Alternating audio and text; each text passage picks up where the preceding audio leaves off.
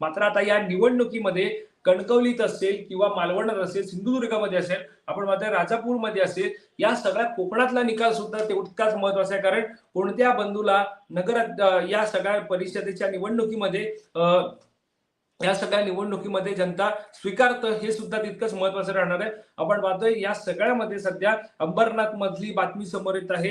अंबरनाथची बातमी जर आपण पाहायला गेलं तर अंबरनाथमध्ये मतदानाच्या दिवशी मोठ्या प्रमाणात घोळ झाल्याचं आपल्याला पाहायला मिळालं होतं. कारण त्या ठिकाणी जवळपास 200हून अधिक महिला या बोगस मतदार सापडले होते. त्यांना पोलिसांच्या हवाले सुद्धा ताब्यात करण्यात आलं होतं. तर या अंबरनाथमध्येच मतदानाच्या पूर्वसंध्येला त्या ठिकाणी भाजपकडून पैशांचं वाटप केल्याचा आरोप हा राष्ट्रवादी काँग्रेसकडून करण्यात आला होता. तर दुसऱ्या दिवशी म्हणजे मतदानाच्या दिवशी शिंदे आणि भाजपचे कार्यकर्ते हे आपल्याला आमने सामने आल्याचं पाहायला मिळालं मतदान केंद्रावरती. मात्र आता आपण पाहतो की एकंदरीत मतमोजणी जी आहे ती एकंदरीत या मतदानानंतर सुरू झालेली आहे. त्यामुळं अंबरनाथमध्ये सध्या आपण पाहतो की अंबरनाथमध्ये अद्यापही मतमोजणीला जी आहे ती सुरुवात झालेली नाही. त्यामुळे नेमकं मतमोजणीला सुरुवात कधी होणार हे सुद्धा पाहणं तितकंच महत्वाचं राहणार आहे.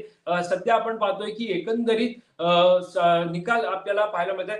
परळी दादांच्या म्हणजे अजित पवारांच्या एनसीपीच्या धर्माधिकारी या पद्मश्री धर्माधिकारी आपल्याला आघाडीवर असल्याचं पाहायला मिळत आहे. यवतमाळमध्ये यवतमाळ नगर परिषदेत प्रियदर्शिनी उईके या आपल्याला आघाडीवर असल्याचं पाहायला मिळतंय. तर दुसरीकडे कर्जतमध्ये अजित पवारांच्या राष्ट्रवादीचे पुष्पा दगडे हे सुद्धा आघाडीवर असल्याची माहिती सध्या समोर येते. उरणमध्ये पवारांच्या राष्ट्रवादीच्या भावना या सुद्धा आघाडीवरती पाहायला मिळते. तर सिल्लोडमध्ये सत्तारांचा मुलगा समीर सत्तार हा आघाडीवर असल्याची बातमी समोर येते. कारण आपण पाहतोय की सगळ्या अपडेट आपण या लाईव्हच्या माध्यमातून जाणून घेतोय. सिल्लोडमध्ये सत्तारांचा मुलगा हा समीर सत्तार हा आघाडीवर असल्याची बातमी आपण पाहतोय सध्या आपल्याला पाहायला मिळते. तर धरणगावमध्ये नगर परिषदेमध्ये शहर विकास आघाडी ही आघाडीवर असल्याचं पाहायला मिळत आहे. निश्चितच तर फलटणचा निकाल पाहायला गेला तर फलटणमध्ये जर आपण पाहायला गेलं तर यामध्ये सुद्धा आघाडी पिछाडीची लढाई पाहायला मिळते. शमशेर सिंग नाईक निंबाळकर हे भाजपचे उमेदवार ते आपल्याला आघाडीवर असल्याचं पाहायला मिळतं. तर आतापर्यंत आपण पाहतोय अंबरनाथ मधली बातमी पुन्हा एकदा समोर येते. कारण अंबरनाथमध्ये पाऊण तास उलटून गेलेला असताना ही अद्यापही मतमोजणी जी आहे सुरू झालेली नाहीये. नागपुरातली काय परिस्थिती आहे, पश्चिम महाराष्ट्रातली असेल, उत्तर महाराष्ट्रातली असेल, रायगडातली काय असेल, कोकणातली काय असेल, या सगळ्याची अपडेट मतमोजणीची अपडेट आपण या लाईव्हच्या माध्यमातून जाणून घेत आहोत. नागपूरच्या कामठीमधून भाजपचे उमेदवार विजयी झाल्याची बातमी समोर येत आहे. राजापूर मधला निकाल काय होता तो पाहिला. शिंदेच्या शिवसेनेचे उमेदवार आघाडीवर असल्याचं पाहायला मिळत आहे.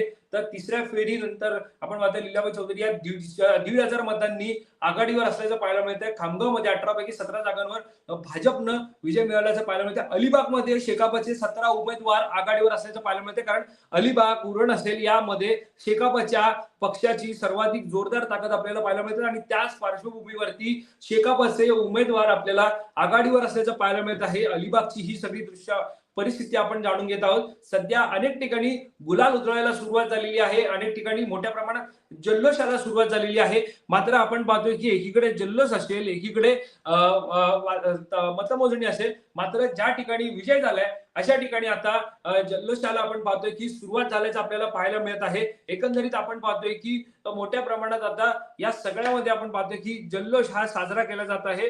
औसामध्ये आपण पाहतोय राष्ट्रवादीच्या 23 पैकी 17 जागांवर विजय हा राष्ट्रवादीचा झालेला आहे. औसा मधील ही सगळी बातमी जाणून घेतोय.